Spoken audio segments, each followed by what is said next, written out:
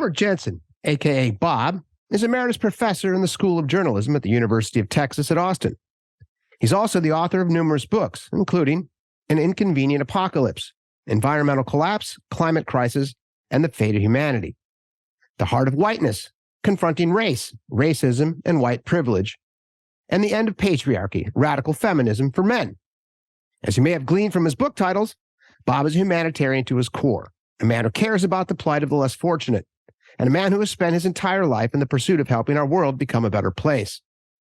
But the reason I wanted to talk with Bob today was due to a recent article he penned for Julie Bindel's Substack called Drag Story Hour and Cultural Appropriation.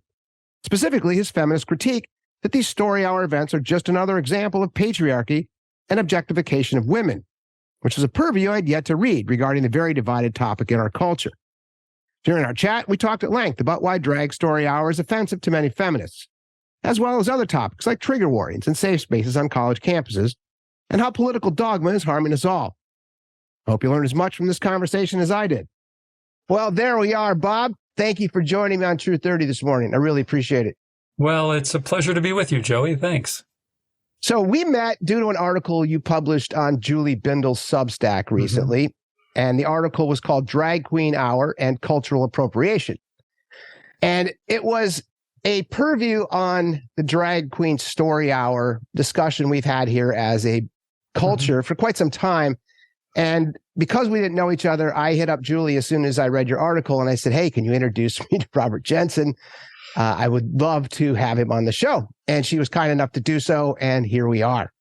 So I just wanted to let you know that what I thought was most compelling about your article is that here, most of the stuff that I've read thus far is from the left. Being a liberal, I read, the New York Times, the Washington Post, the New Yorker, Atlantic, that kind of thing, and I watch MSNBC.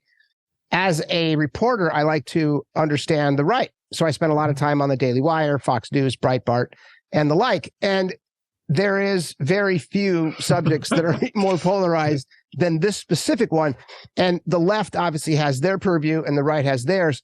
Why don't you talk a little bit, because we'll get into the left and the right's ideologies, but why don't you talk a little bit about the article and why you wrote it and where the perspective came from? Right. This is perhaps nitpicky, but I always like to distinguish between liberal, progressive, and left. These are the ways I describe the current left side of the fence. I come from the political left, anti-capitalist, anti-imperialist, and I'm the kind of caricature that people in Texas told their children to be afraid of when they came to the University of Texas. But I also have roots in radical feminism. Hence my connection to Julie Bindel, and a shout out to Julie, who is one of my favorite writers in the world. I've really felt lucky to know her and be able to bring her over to the U.S. to speak. It's been really lovely. So often the radical feminist roots of my politics come into conflict with the left part of my politics because the left has a different conception of gender. We can come to details around that. That's been going on for me for the last 35 years. So as someone who is solidly on the left and critical of the structures of power in the U.S., I don't make any bones about it. I think we're in deep trouble in this country and in the world. I do find myself sometimes at odds with my left comrades. And on these questions around pornography, prostitution, drag story hour, often that tension emerges. So I wrote that article because, as you point out, there's kind of a bifurcated right versus left on these matters. And there's a long-standing feminist, typically called a radical feminist, critique of things like drag. I remember first hearing about it, 35 years ago. And I'd never thought about it before. But in fact, drag, that is largely men and predominantly gay men, dressing as not just as women, but as a kind of caricatured version of women, right, has been critiqued by women in feminism for perfectly understandable reasons. It is a kind of a mocking of the way women are caricatured in the world. Now, I'm not saying that every man who performs drag, hates women and is out to demean women. That's not the point. It's a social question. It's a question of a cultural form that has its roots in male dominance. And so just as in the article, I point out, white people now understand that we don't have the right to perform in blackface, which is a cultural form that goes back, many, many years and has always been tied to mocking Black people. Mm-hmm. And luckily, at this point in history, most white people realize blackface is completely inappropriate. And so, as many other people have done, I simply made the analogy of drag, or what you might call woman face, to blackface. Quick footnote. There is also something called a drag king, where women might perform as men, but that's an entirely different subject, in part because, of course, women often dress as men in everyday life, and it doesn't really matter. So that was a long-winded answer, but that's where the article comes from, and it is that frustration at a sometimes simplistic public debate about important issues. Yeah, and I think that there's two things I want to read. One of which, I'll read your article in a second, because the first paragraph really encapsulates what you just said. But I read one of your articles your article was called Cancel War Stories, and it had to do with gender ideology. But you had something in there that I thought was really amazing, and it was called Rules for Intellectual Life. And this is your writing. I will advocate for a position only after responsible study and evaluation to construct, to the best of my ability, a compelling analysis of reality. I know that my analysis could be wrong, because all human knowledge seeking in a complex world is incomplete and fallible. I will not adopt a different analysis simply because of institutional demands or peer pressure that does not attempt to provide mutually intelligible reasons, but instead rely on official or informed coercion. So I thought that was really cool, and I thought it encapsulated who you are as an intellectual. As shared during email, I've read numerous articles from your own page. I've read your book, The End of Patriarchy. In my attempt to really understand where you come from, your 30 years of diligence on feminism, and as a professor of journalism, it's been really cool to get to know you as a writer. And so your opening paragraph, which is what I thought was very compelling in the articles, is on the left, an endorsement of drag queens reading to children in libraries is presented as celebrating diverse sexualities and challenging the restrictive gender norms of the dominant culture.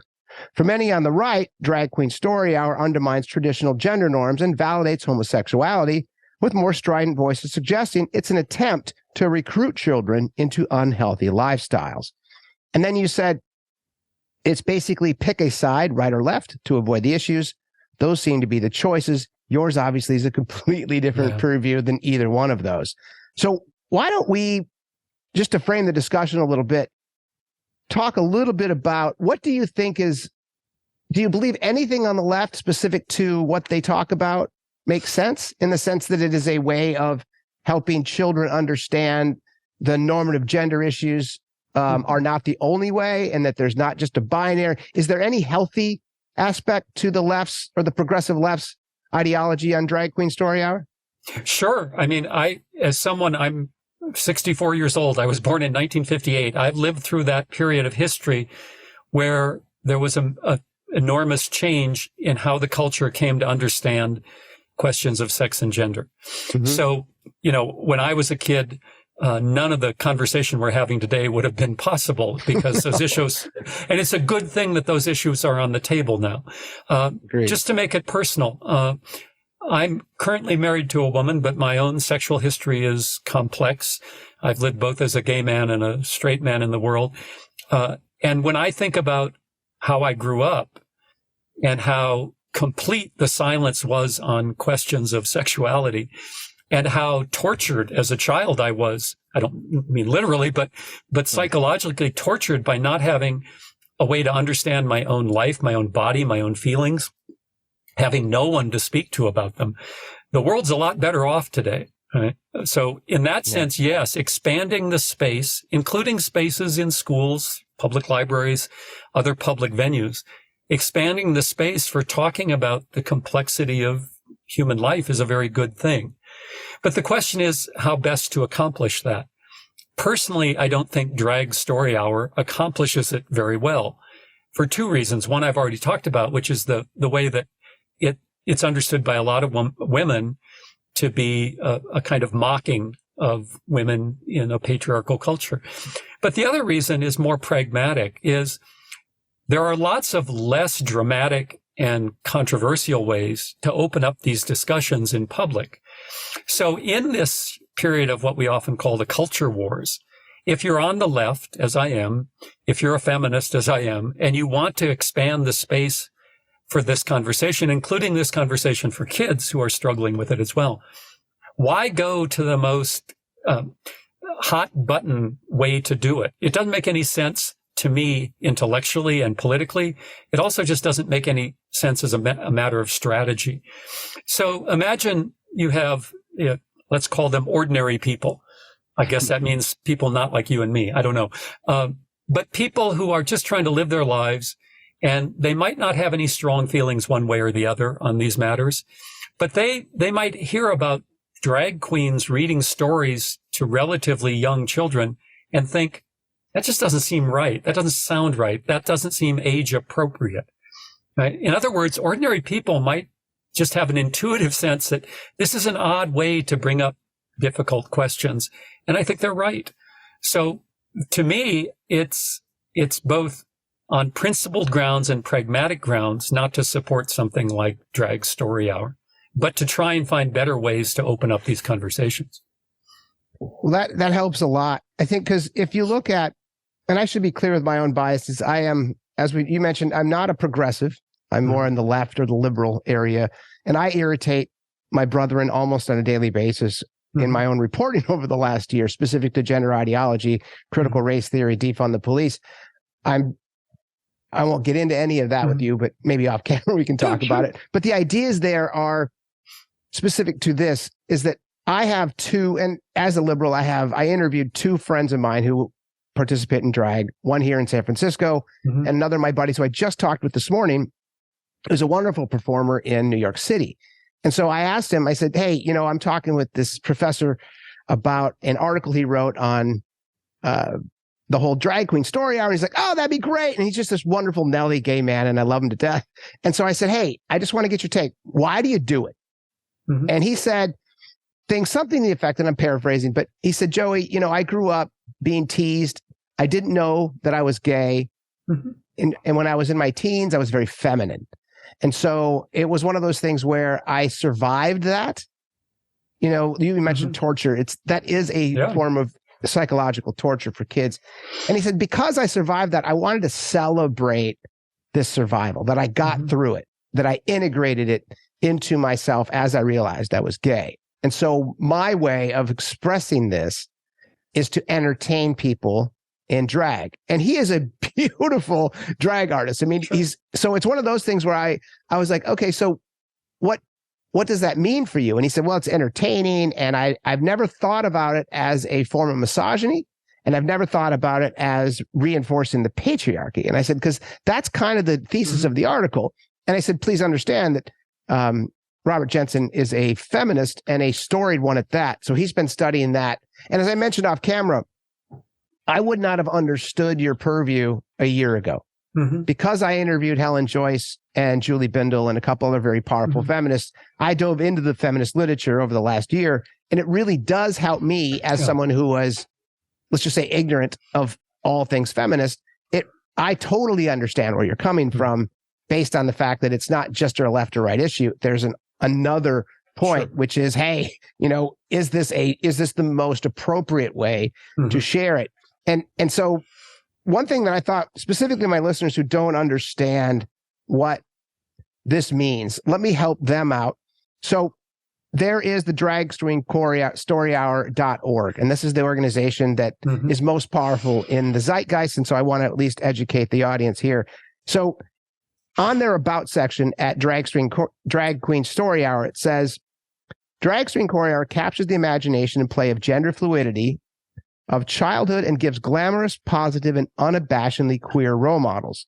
Our vision is a world where kids can learn from LGBTQ plus stories and experience to love themselves, celebrate the fabulous diversity in their communities, and stand up for what they believe in each other. Some of the testimonials were very powerful. I won't read all of them, but there's one from the Brooklyn Public Library. It says, those of us who work with young children on a regular basis know that children can dress and act in a variety of ways. and supporting their choices builds self-confidence and can help avoid serious problems later in life. By creating an atmosphere of acceptance and reading stories about acceptance and differences, Drag Story Hour helps to stave off teasing and bullying. This is from Judy Zuckerman, the Director of Youth and Family Services from Brooklyn Public Library. There's another glowing one from San Francisco Public Library, Biz Warden. I won't bore you or the audience with that. But one thing to know, too, is that this is a very well-funded organization now. Mm-hmm. According to some of the literature I read, on the other side of this equation, I'm sure you've probably read Christopher Rufo's opinions on numerous different ideologies, whether it's critical race theory, defund or not. He talked in his article that within a few years, the state-neutral events have turned into state-subsidized drag queen performances. New York City public schools alone have more than $200,000 in funding from the municipal government, and they began hosting dozens of drag performances in elementary schools, middle schools, high schools, in all 5 boroughs. And California State Senator Scott Wiener said that he might even propose Drag Queen 101 as part of the K-12 curriculum with a little tongue-in-cheek. So this is obviously very front and center to our body politic today. Does any of that, you just mentioned to me like where you sit, does any of that ring true? Or to your point, you mentioned in the article that it might be better served if we actually had gay or lesbian people read the books to the children themselves. What are your thoughts on that? Well, first of all, I think we can recognize the complexity. So it might be that there are positive outcomes from gay or drag story hour in some sense. I'm not saying it's, a negative across the board. Okay. Certainly the testimonial of your friend about how he grew up and how that became a way to express what was unexpressible is perfectly coherent. I understand it completely. I've talked to many men who would say the same thing. Here's the other part of it. I heard after that article was posted, I heard from many, many women who said, I'm so glad to read this critique because I've always felt uncomfortable with drag queens. I've always felt they were making fun of me. Mm-hmm. That women say, remember that women don't just choose to wear makeup or, to dress in a sexually provocative way. These are pressures they feel in a male dominant culture to appear in a way that looks, conventionally attractive to men. Mm-hmm. And I've spoken to women who fought their whole lives to overcome the training they had as girls to present themselves in a certain way so that when men take up those same presentation styles in this sort of so-called flamboyant way, it's not hard to understand why women are angry often. And so whatever the positive effect of drag might be for some men, and they're predominantly gay men, my question to them is, do you care about the pain you're inflicting on women? Do you care about that? Right. The other analogy I used in addition to blackface in the article was Native American nicknames and mascots for teams. Mm-hmm. Well, lots of white people love going to the Atlanta Stadium. This tells you something about my knowledge of football. I already forgot what the Atlanta football team is called. The Falcons. The Falcons. But they do this tomahawk chop, which has been... That's the Atlanta Braves, isn't it? Baseball? The Atlanta Braves. Okay, well, this tells you about my knowledge about sports more generally. That's okay. Well, Braves, yes. The Falcons, the Braves. Okay. Yes. Bear with me. I haven't seen a professional sporting event in about 30 years.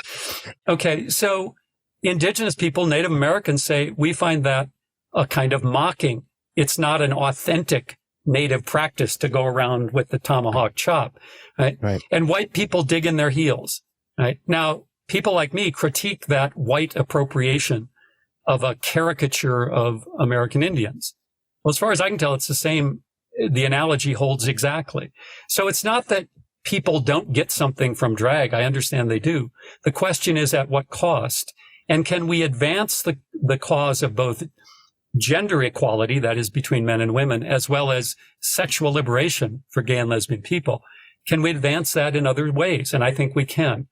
And my whole, adult life, I've been working with people who try to do that.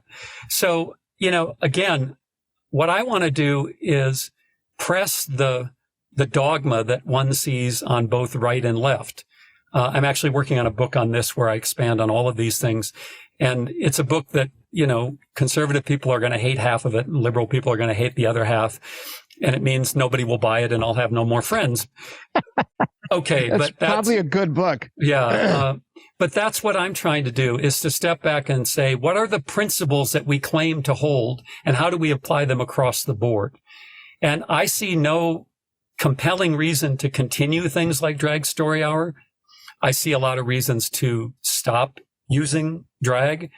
And I see a lot of alternatives to try and promote a healthy outreach to children about how sex, sexuality, and gender can be understood. That said, I do want to emphasize the testimony you were talking about and that early childhood experience. I don't just understand sort of academically. I understand it very personally.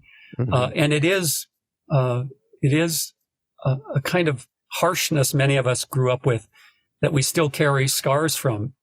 The question is how to best try and deal with that, I think. No, I like that. And I interviewed a woman named Stella O'Malley, who is a psychoanalyst in Ireland, about mm-hmm. gender ideology. Mm-hmm. And one of the reasons that I was so intrigued to have her on the show was that she suffered from gender dysphoria as a child. Mm-hmm. And she lived through it for 5 or 6 years before she went into female puberty. And after which she realized that she was mm-hmm. happy being a female. And part of her reason for going into her practice as a psychotherapist was so she could actually help people, because she came from that spot. Mm-hmm. And that's another reason that I thought you were so intriguing, is that you bring this different level based on your own upbringing, based on your mm-hmm. own psychological torture specific to not knowing who you were. You know, you were a feminine boy or you were a macho girl, or, you know, where do I fit within all of this? And that's another reason why I thought your opinion meant so much specifically to me in attempting to understand this. Yeah. And then on the right, you know, as I mentioned, Christopher Rufo is a guy that I'll go to. He's the Manhattan Institute scholar, and he has a lot of very powerful opinions that are not well received by the left, our brethren, if you will. Mm-hmm. And so that's where, and then Fox does a lot of this. Tucker Carlson recently had a Maryland suburb library host on there talk about what was going on, and they showed inappropriate drag queen people wearing inappropriate clothing, mm-hmm. twerking, kind of, you know, sexualizing some of what they were doing. And, you know, we haven't done any actual reporting on this, so I don't have any reporters going out and digging into this yet, but I couldn't find any truly abhorrent examples of them doing sexualized things, but there are reports out there that these drag queens are going past where they need to, specifically with the younger children, whether that's this under 8, if you will. And there is something there. I have a 9-year-old little boy who, when I was talking about this, he asked me, you know, what is a drag queen, Daddy? And I tried to explain it to him, and he really didn't understand. So I don't know how. Do you have any issues specifically to the younger generation? Like, let's just say 9 and under. Does that concern you at all? I do. And I think that's another aspect of the problem of drag. I didn't address it in my article because I haven't thoroughly researched the degree to which in these drag performances, there is a kind of hypersexualization. Now, if you're talking about drag queens performing in bars with an all-adult audience, it's clear that this kind of sexualization is part of the performance. For sure. I've seen video that suggests in some of what are called family drag hours or drag for all ages that happens. But that doesn't happen just in drag. That happens across the culture. And this is a concern that feminists like Julie Bindel and others about the hypersexualization of the culture, including the way that is now routine for children. Julie and I both have done a lot of work on the pornography industry. That's the place you see it most, you know, in frightening ways. Yeah. Young children exposed to graphic, sexually explicit material that is not only not age appropriate, it's demeaning, cruel, and degrading to women. It's overtly racist. It's not a healthy part of the culture for any age. But of course, children are being subject to this. We see it across the board. We see these beauty pageants for young girls, where girls, you know, in elementary school age are already performing these hypersexualized routines. This has become kind of the background noise of the culture, and I think it's very disturbing. I don't think you build a healthy culture by pressing children into sexual ideas, sexual thinking, sexual behavior that's not developmentally appropriate. The story I always tell about this involves my own son, who's now an adult. But when he was in junior high, he was telling me that a girl was asking him out, and he felt uncomfortable. And I was just exploring that with him. And he said, he finally said, Dad, I just want to be a kid as long as I can. And I thought that was incredibly insightful for a boy to say, listen, I feel all this pressure and I don't want it yet.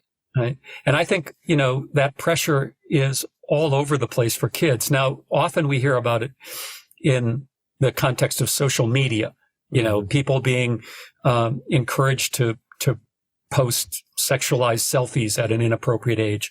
That's the most obvious and most recent part of it. But this has been a process going on for decades now. And I don't think it's healthy for anybody, especially for kids. How old was your son when he asked that question or when he explained that to you? Well, I'm old enough that my memory isn't as good as it used to be, but it would have been about 6th or 7th grade. Okay. Right so now, 12, 13. Yeah. And at that point, eventually kids do, confront this. Hormones, bodies change. But he had an intuitive sense, and this didn't come from me coaching him. This came from him saying, I don't like what I'm being pushed to have to think about. I'm just a kid. And I wonder if you surveyed the children of America and found a way to get at that, how many would say something like that? Like, I just want to keep all of this adult level sexuality at bay for a while until I'm ready to handle it. Well, I think that's really a lot of the pushback from parents across the board, whether it's right, left, or center. And I can say, as a liberal, again, when we actually did some reporting on the Don't Say Gay bill in Florida. Yeah. And the reason we did so was obviously the same reason. It was this massive divide culturally. And what the bill really did, and they did it on purpose because lawyers are very cognizant of every word they write, is they made it really ambiguous. Yeah. And so I won't dive too deep into it, but what we actually did pull out of that reporting is that most of the parents were not concerned about the gay because there was no Don't Say Gay in the bill, just to be clear with any listener. It's that they really didn't want a gender ideology discussion to take place with their children less than 8. Yeah. And I read somewhere in one of my reporters is that someone came up with a clever name that said "wait until after 8," which I thought was more clear. But the same thing stood true there that I think stands true here with a lot of the arguments by the conservative right is that, hey, I don't want my 7-year-old, 8-year-old exposed to discussions around I can be any gender I want. I can be a boy. I can be a girl. Yeah. I was assigned at birth. Yeah. And I was assigned incorrectly. And I bring that up on purpose because you wrote about that specifically in your book, The End of Patriarchy. And you said something, and I'm paraphrasing you, but it's doctors observe, they don't assign, right? Yeah. I think what's most important here, to step back and then I'll address your question, is we now have this string of letters, LGBTQIA, and what that really is about merging the transgender movement in with the gay and lesbian movement. And like many in the radical feminist camp, I would want to separate them because I have, for my entire adult life been an advocate for gay and lesbian rights, gay and lesbian liberation. Again, something Julie Bindel and I have in common. Yeah. Right. I think that is a very different question than what I would call the ideology of the transgender movement today. And so I want to separate them. I want to find ways to embrace and endorse gay and lesbian life as a part of every society, and to kind of normalize it. And what I mean by that is, I used to use this example in my classes. I would say, if I came into class on Monday morning and just, the way that professors sometimes just chat before they get into a subject and said, well, I had a great weekend. I hope you did too. My wife and I went out to the beach and we had a great time. Nobody would stop and say, wait, Jensen, don't impose your heterosexuality on me. Don't be telling me about your wife. Right. And, and kind of subtly, endorsing heterosexuality. But if I had come into the class and said, my husband and I went to the beach, then people would say that. So we have to remember that the discussion, don't say gay. We say straight all the time and nobody cares. Right? There's conversations are taken for granted about heterosexuality, and to penalize people who are gay and lesbian for speaking at all, I think is really absurd. The trans question is different. There's a long-standing feminist critique of the transgender movement. It goes back to the late 70s. The first important book was written in 1979. Right? And again, feminists like Julie Bindel have been struggling with this for a long time. So to go to your question, in the trans movement, it's typical to say you are assigned a sex at birth. But sex is not assigned. Sex is a biological reality. It's at the heart of how human beings reproduce. We're a sexually dimorphic species. And the only time when naming the sex of an infant is at all problematic is with the category we sometimes call intersex or disorders of sexual development. In other words, those are biological questions about the physical realities of that human being, right? Otherwise, if you took, 100 babies and had, 100 people assign their sex, male or female, you would get 100% agreement, right? So nothing is assigned, it's observed, and we understand the biology of that.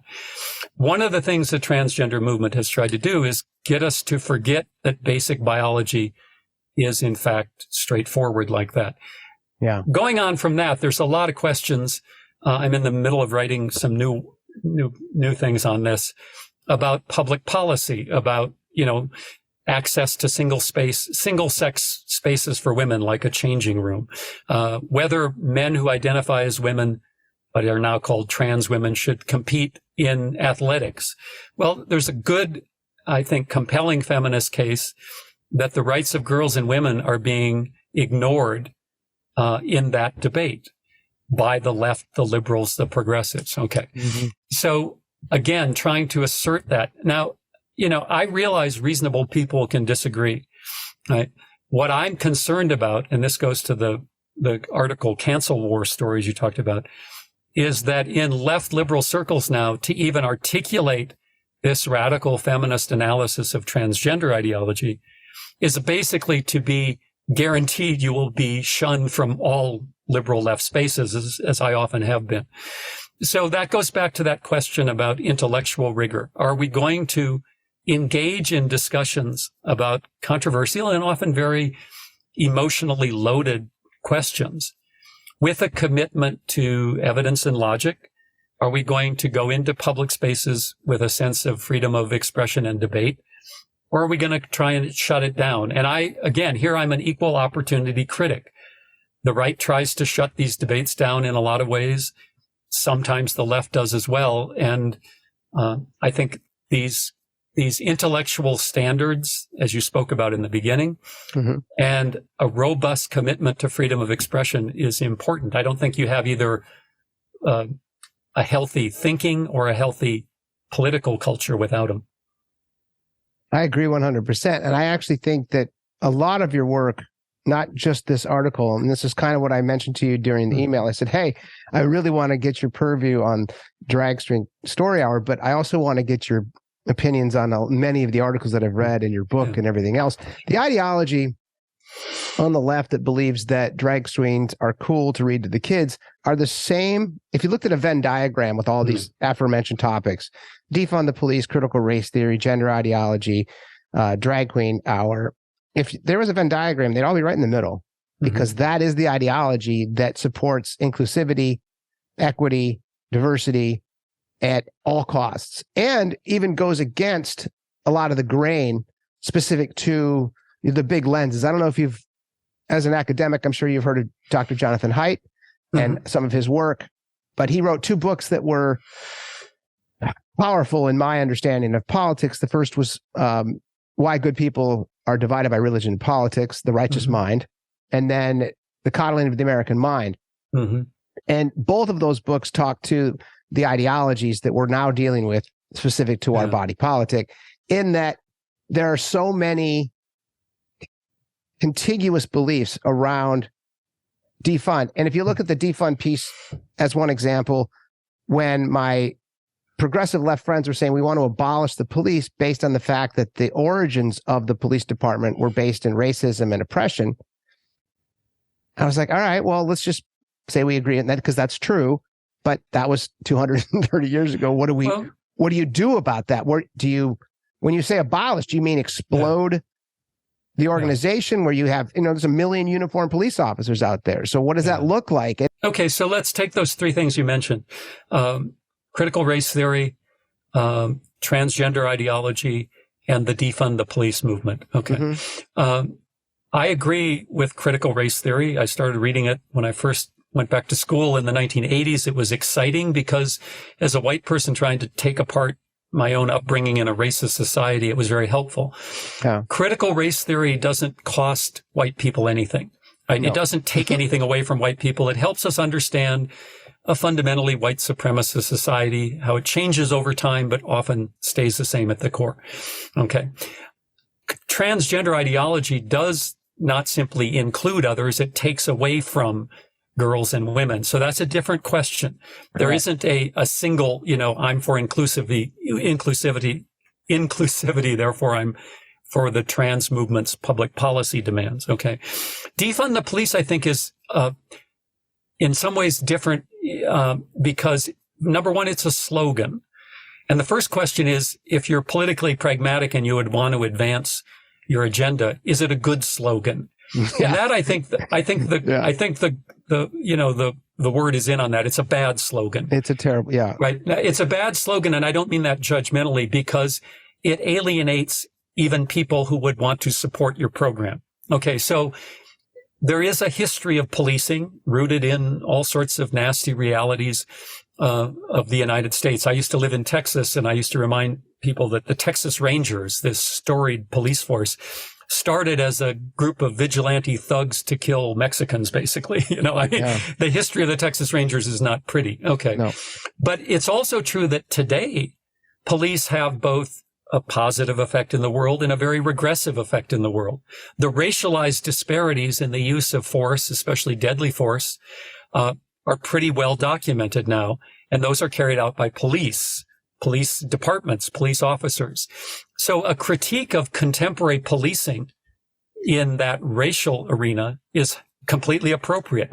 It's also true that in a lot of places, especially urban areas, policing has become overly aggressive, and that essentially social problems, and this has been, discussed at length, mental illness, homelessness, poverty are being dealt with by a law enforcement agency that's not trained to deal with them. So two things are true.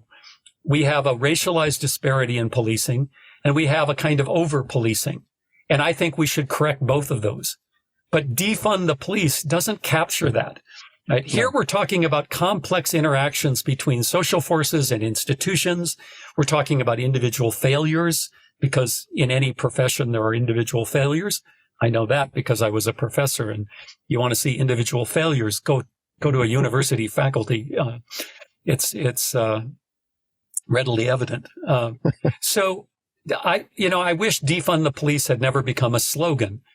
And so sometimes now we see people on the left who dig in their heels because to them, defund the police is a series of critiques and program suggestions, which I would agree with, right?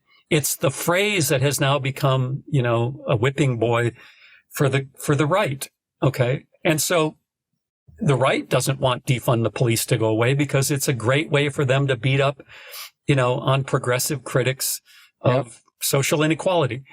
This is what we call a real mess. I don't know what else to call it. It's a mess because in this culture, especially the short attention span, the quick news cycles, the audience-driven, both social and mass media realities, it's hard to get at any of this. Now, we're lucky. We're here. We're spending a whole hour talking. It's great.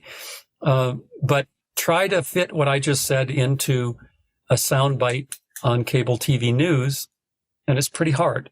And that's an impediment that isn't about right or left ideology. It's about the structure of contemporary dialogue, especially mediated dialogue. I agree. And as a culture, to your point, is that we flatten the complexity of all of these discussions based on cable news. You have a 6-month segment or 6-minute segment or a meme on social media, and then everyone fights about it. And critical race theory, to your point, I loved it. I dove in and read Kimberly Crenshaw and Richard Delgado and all of the original gangsters, if you will, on what that looks like. And I agree with you that critical race theory as a academic exercise is wonderful. My brother studied it in law school. I have friends who studied it in graduate school. But the question then again, is critical race theory being taught to our kids is where the misnomer is. It's the same thing with defund the police. We're not teaching critical race theory to my 9-year-old as an example. And that's where a lot of the politicians are saying, we're going to remove critical race theory from school. And you're like, well, it's not in school at that level. Now, that said, intersectionality, which is what Kimberly Crenshaw coined, specific to women's plight, is different than a black woman's plight, which is different than a black handicapped woman's plight. And it was the intersectionality of all of that oppression, which all makes sense. But those pieces, intersectionality, are in fact being taught in schools because I've pulled public records on that. And that's what I mean by the fact that the ideology of our progressive left is similar and that they push back really hard without a lot of knowledge on the complexity of these things. Specifically to me, I've been called a transphobe because I push back on feminist ideology with gender. I've been called a racist because I push back on the defund the police piece. And this is all, within my own platform. But that's why I wanted to get your take on this as a professor. And then another thing that I think stands true with this is safe spaces on college campuses. So I have to get your take on this because I've had 2 professors on previously. One was a former professor at Berkeley and one was a professor at USF here in San Francisco.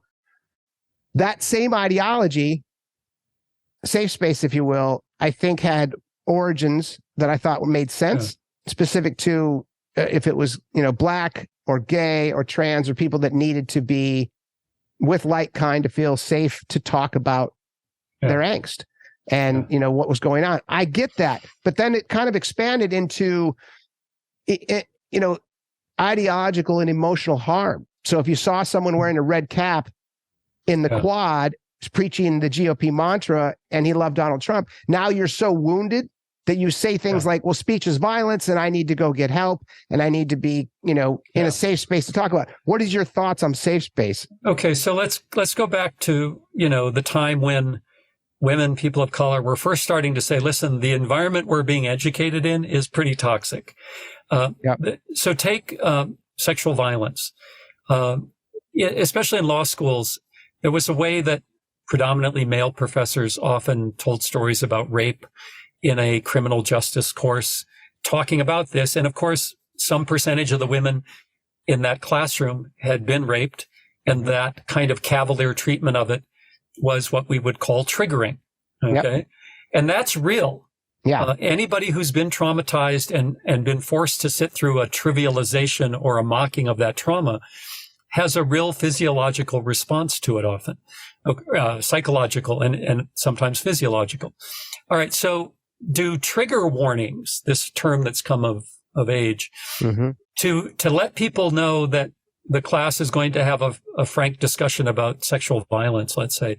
Is that appropriate? I would say yes, because it helps students prepare. If a student doesn't feel up to it, they can react by either, leaving the class or talking to the professor. Okay. All of that's fine. All right. Now, let's go to critical race theory, which argues that racism is not simply a product of individual bigotry, but it's sort of baked into some of the institutions. I think that's a compelling thesis. It's a good brief thesis. But imagine you're in a classroom and there's a conversation about critical race theory, and a white student or even a student of color says, I don't think there is such an institutional racism in this country, and I think things are different than that. Well, should a student of color say, well, that's triggering me because it's denying my experience of institutional racism? I don't think that's appropriate, because now you're saying essentially there's an intellectual line that must be adhered to, right? That you can't be part of this classroom if you don't accept a certain hypothesis. And that's counter to any any understanding of a healthy, intellectual climate.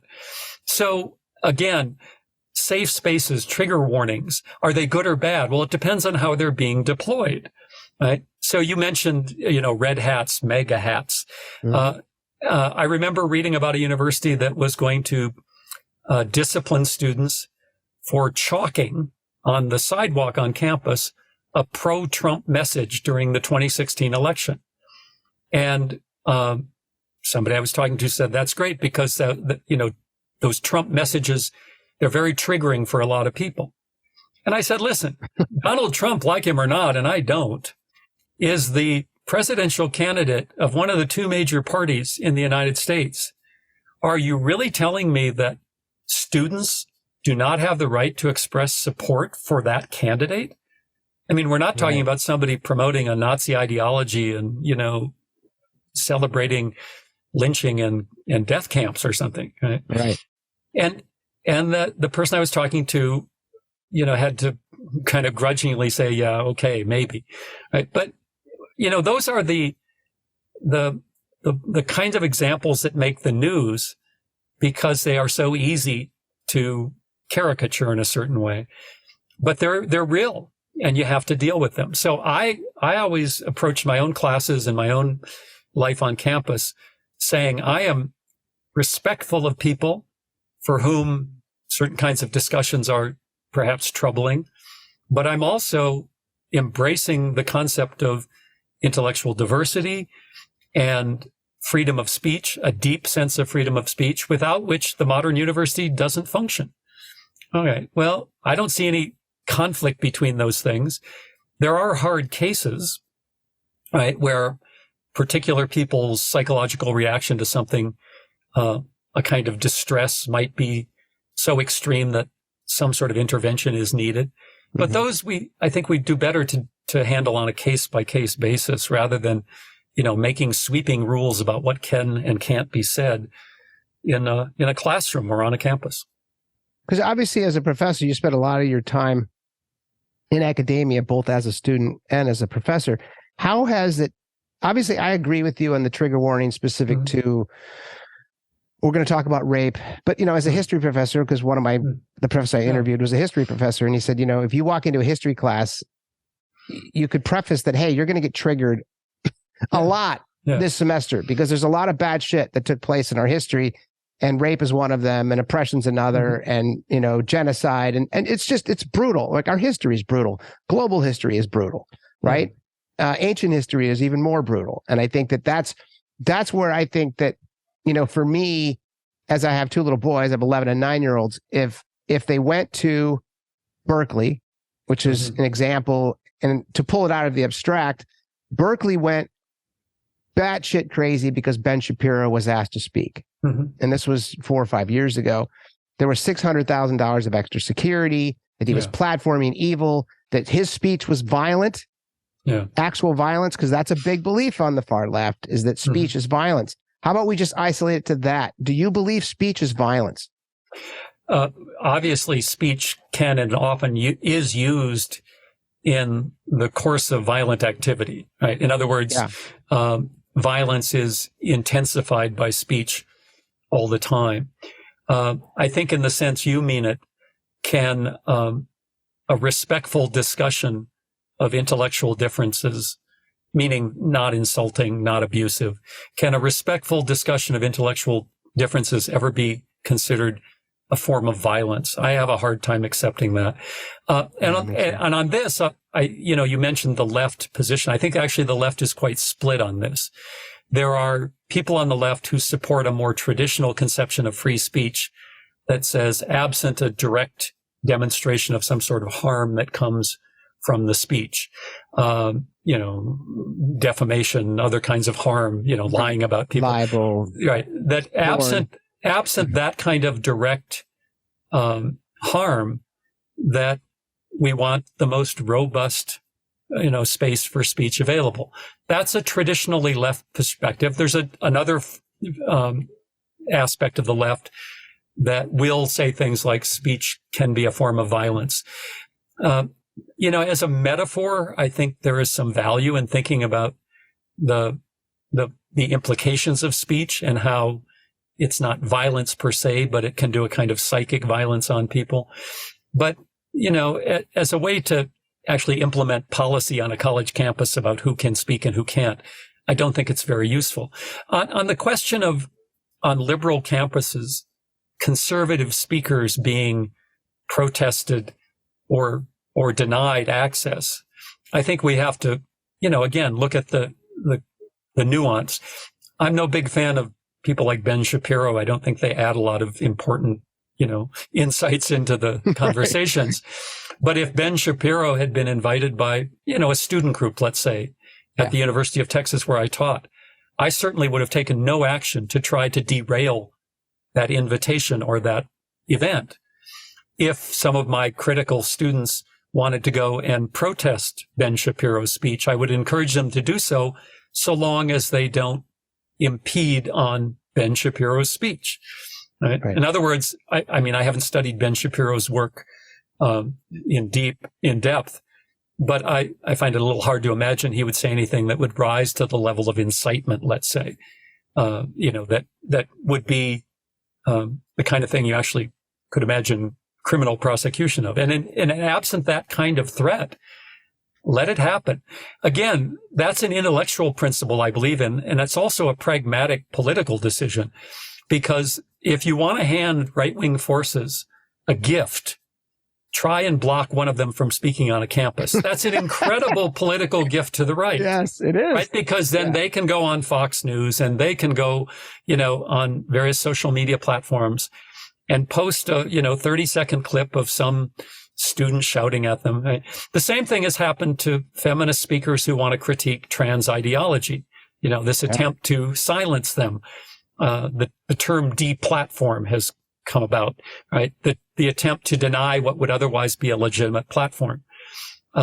It just, either in principle or pragmatically, it's just a bad idea.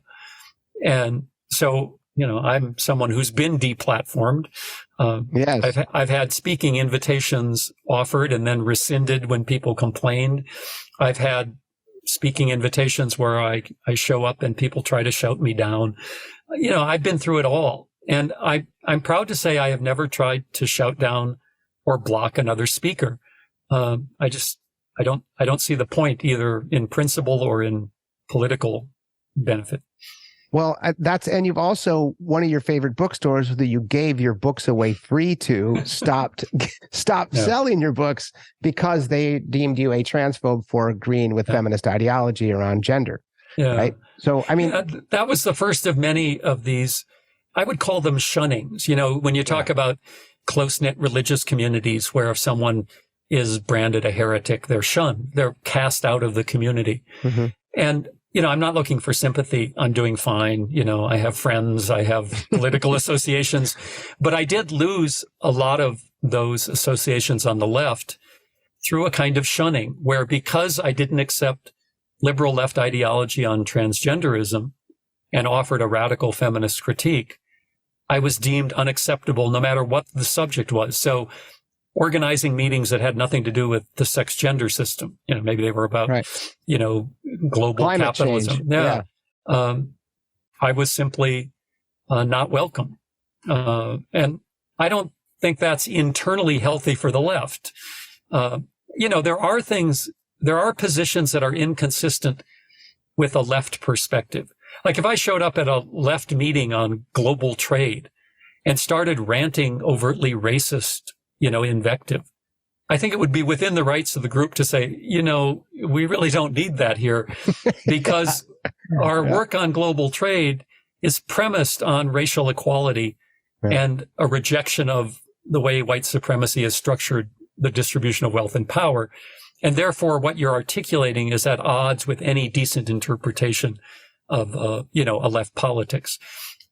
Political groups, don't have to take everybody. I mean, you couldn't have a functioning political group if there weren't a kind of exclusion based on ideas. That's what political groups are for. But the question is, has either the left, the right, the center, are there groups where that has become a kind of dogma? Instead of encouraging a debate about things that people in good conscience can disagree about, has it become a little bit doctrinaire? And I'm going to use a term that I don't mean in any technical sense, but I've been in political spaces that felt a bit cultish, right? That here's the party line and you must accept it. And I don't think that's healthy. I had a friend, he's now dead, but whose political life went back to the 1930s. He actually fought in the Spanish Civil War on behalf of the Republic. You know, he was a storied lefty. And for a while, he was a member of the Communist Party USA. And he left in the 1950s, as many did when it became clear the crimes of Stalin, you know, were being covered up. But my friend Abe, he described a political life that felt a bit cultish.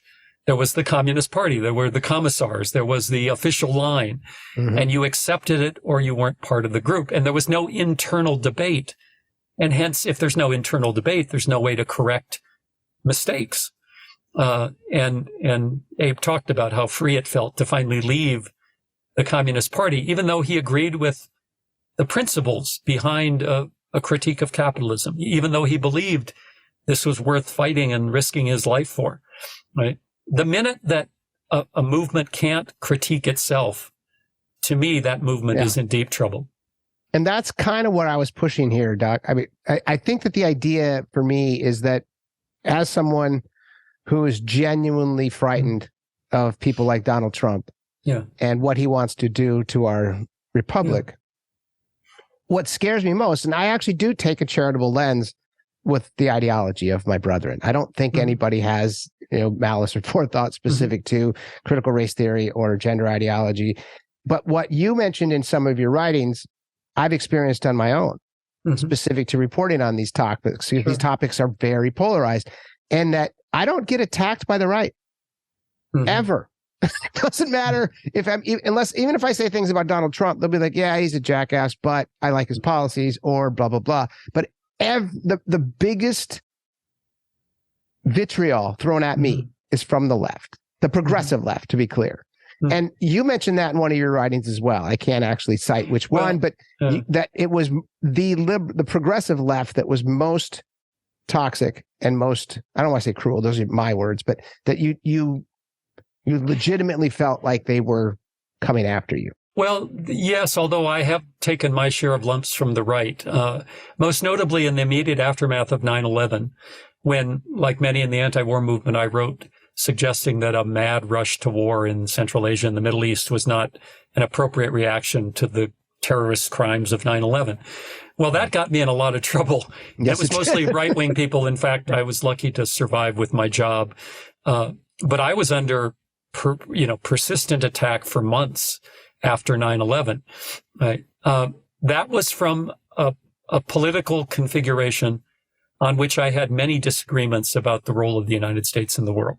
Okay. Yeah. And so in a sense, you know how to negotiate when your enemies come at you, right? That's an old story, right? You're on the other side of a political divide and people attack you. Now, a lot of the ways they attacked me, I thought were unfair. They caricatured and distorted what I had to say. That's also kind of comes with the territory. Your political enemies don't, go out of their way to actually understand you often. Right. So that was an experience that was intense for the better part of a year. Lots of, threats and all of that sort of thing. The tension I've had with my left comrades almost exclusively over the sex gender question, they just feel a little different because there you've committed to a political project that you believe is based on critical self-reflection. Like the anti-racist movement is based on critical self-reflection about the history of American white supremacy. Yeah. Right? But when that critical self-reflection isn't extended in all ways, that's where one can feel disappointed. So again, I don't need anybody to feel sorry for me. I'm doing fine. But I do feel, in a sense, a deeper sense of betrayal on the left than I did on the right. But now I'm just talking about a kind of an emotional reaction, right?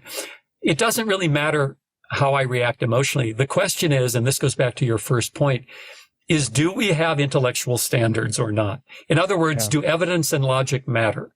And if they do, can we make a commitment, no matter what our deeply felt ideological or personal commitments on things?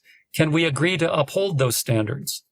And can we agree not to use coercive measures when people don't agree with us? To me, sometimes I like to joke about my upbringing. I'm from North Dakota. To me, that all seems pretty straightforward, but then I always say, but I'm just a simple boy from the prairie. What do I know? But, in a way, I think my own political and intellectual life, and that started in journalism. Before I was a professor, I was a mainstream newspaper journalist trying to figure out how the world worked. My entire adult life, I've been trying to get better at how clearly I can see the world and see through and past and around my own biases, which I have just like everybody else. Not because we want to transcend, the kind of people we are, but because we want to do what we can to use logic and evidence to negate the worst of our prejudices. Can I do that personally? And then can I help do that collectively?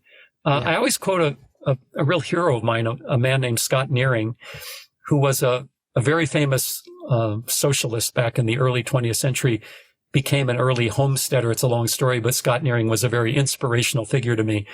He was bounced out of university teaching for being anti-war back in the World War I era. So this goes back. But someone, asked him once, what's your goal in life?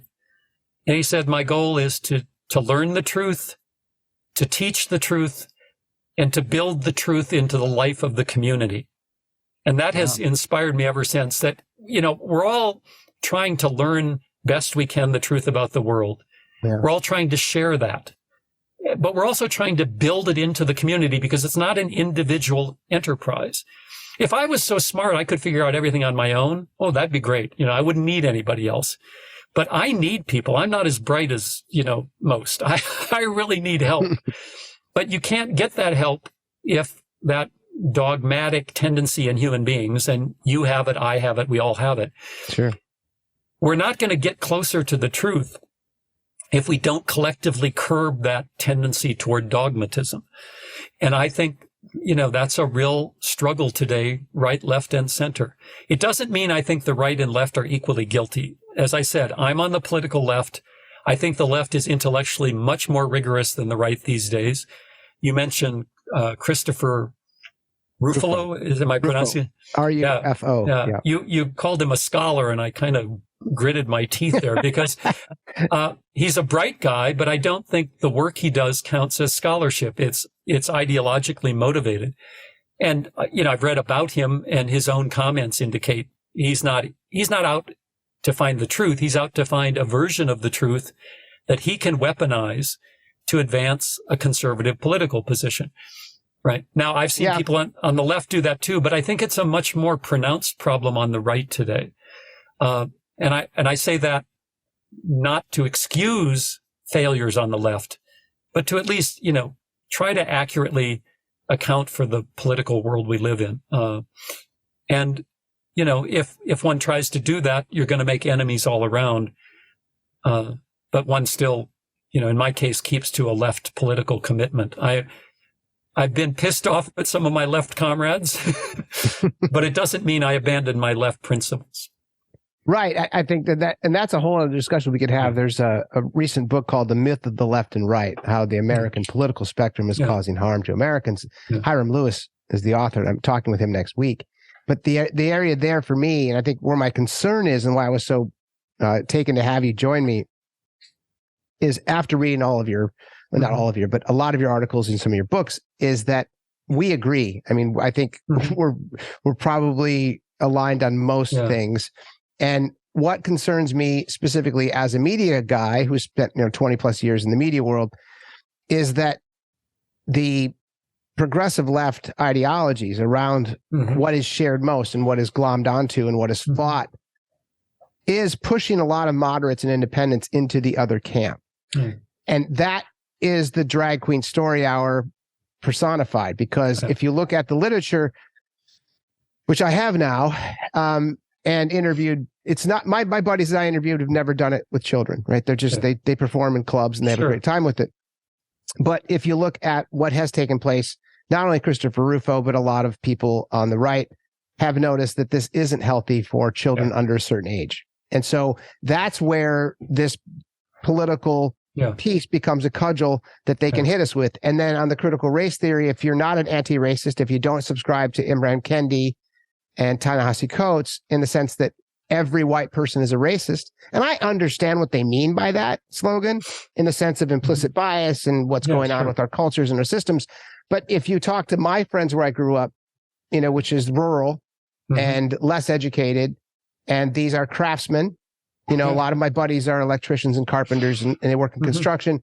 And when they're called privileged and when they say that you're a racist because you're white and, you know, those are, we're losing that battle, sir. I mean, that's the thing that scares me the most is that we're actually pushing away a major component or a major faction of our body politic because of these ideologies that, again, as I was trying, and probably not a good job, is that there seems to be a lot of crossover with all of these topics. Sure. And I think that's a good example. And I know we've been talking a long time, so maybe this can be my last comment. I don't want to, I don't want to, you went fast. People. You're right. Yeah. But, take critical race theory. I believe that intellectually it's a very powerful and compelling analysis of American society. So do I. Right. That doesn't mean it's obvious how to put it into practice in terms of political organizing, right? Those are strategic decisions. And anyone who's been involved in organizing knows you do what works, right? Yeah. While you maintain your principles. So I mentioned I'm from North Dakota. I'm very familiar with the Midwest. I still do work with people who live in the Midwest. Let's take, again, this complexity of the world. The industrial Midwest and the rural Midwest, large parts of it have been hollowed out economically in recent years. And like you, I know a lot of people who are not professional, not intellectual. They're working people, either in the skilled trades or in manual labor. Right? And their lives have declined precipitously in recent decades. No question. Okay. Why is that? Well, to me, that's a result of the structural forces in capitalism, you know, the way the global economy has developed, right? Are they being hurt because there's an increased attention to racialized disparities? No. The farm people, the working people I know in the Midwest, their problems don't come from the fact that we're a little more attentive to racialized disparities in wealth and power these days. Okay? No. Their problems come because systems of power and that distribution of wealth don't care about them, right? Yeah. All right. Now, that's true, right? It's also true that when those white people are engaging with law enforcement, they don't face some of the problems that people of color, especially black and brown people, do, right? So they still do have a kind of privilege that comes from not having to deal with racialized violence, let's say. Both things are true, right? The world is complex. The intellectual question is how to analyze this so we understand the forces that are hurting people across the board. The political question is how do we mobilize the people on the bottom to recognize that fighting with other people on the bottom is not productive for anybody. Now, I'm the first to say I'm not a great tactician, right? Strategy isn't my strong suit. I don't know exactly how to do it, right? But I do know that when you bring people together and you point out that the enemy is not the other guy who's struggling like you are. Right. The enemy is both individuals and institutions that don't care about you, right? And, you know, we have this term now that a couple of sociologists came up with, deaths of despair, right? The death rates among lower income people, right? Opioid overdoses. We all know the story. Yeah. Those aren't just individual failures, right? So if you have someone, in Detroit, an African American in Detroit, and a white person in rural Kansas, and they're both underemployed, they're both dealing with cycles of poverty, and they're both dealing with addiction, they have a lot in common. Right? Yeah. They're not in the same situation. They deal with different problems, but they're in the same kind of situation. How do we get to that point? Well, as you've been pointing out, the current political dialogue is not helping us get there. No. And so I always, I jokingly say I'm male in a patriarchal culture. I'm white in a white supremacist culture. I'm American born in a world run by the United States largely. And I had access to good, cheap education and managed to get into the professional middle class. I've got, a lot of advantages. My joke is if I'd been born good looking, I would have had it all. So for me, right, the job is to be critically self-reflective across the board, right? Anything that comes up, I have to think, okay, how do I, as a person with a lot of unearned advantages, deal with this? But we all have to be critically self-reflective in some part of our life. And more important, movements have to be critically self-reflective. And I think a lot of what we're talking about is not just individual failures, but the failures of movements. Yeah. I mentioned I'm doing some new writing. I'm working on a new book, and the working title of the book in my head borrows a line from John Stuart Mill, his classic book On Liberty, which is a book I taught for many years in a class on freedom. And what Mill says is the reason we need free speech is for one reason, because the conventional wisdom can be wrong. What people think is true might not be true after all. Mm-hmm. Lots of examples in history of that. But he said, even if an opinion is wrong, it's false, it's demonstrably wrong. He said we should still let people speak it, because otherwise the truth has nothing to rub up against. And he said what he wants is a living truth, a truth that is constantly proving itself. Because he said, if you don't have a living truth, you have dead dogma. And so that's the title of this book in my head, Dead Dogma. And oh, that's good. You look around and, there's a lot of dead dogma by the side of the road these days. And I don't claim to have an answer, but I do want to be part of a conversation that tries to help all of us leave dead dogma behind. Well, that is a good place to end it. Thank you so much, Bob. As you said, I was calling you professor, but I don't want to insult you. I think I really enjoyed reading Thank you. As much as I could about you. Yeah. And I really appreciate you coming on to talk about this, because the drag queen thing is obviously important, but I think what's most intriguing about your work and your writing and your history was kind of how you helped me understand how it all kind of plays together. And that's exactly what I wanted to get across to my listeners. So thank you very much for your time this morning. And then thank you. And let me know when your book is ready, because if you need an early reader on that, I would love to read it and give you my 2 cents. Well, thanks so much. And thanks to Julie Bindel, who brought us together, who said, she said, whatever happens, it'll be a great conversation, I know. And she was right. So once again, Julie is right. She's always Isn't she great? Oh, I love her so much. Yeah. Well, thanks again. Well, thanks so much, Joey. All right. Take care. Cheers.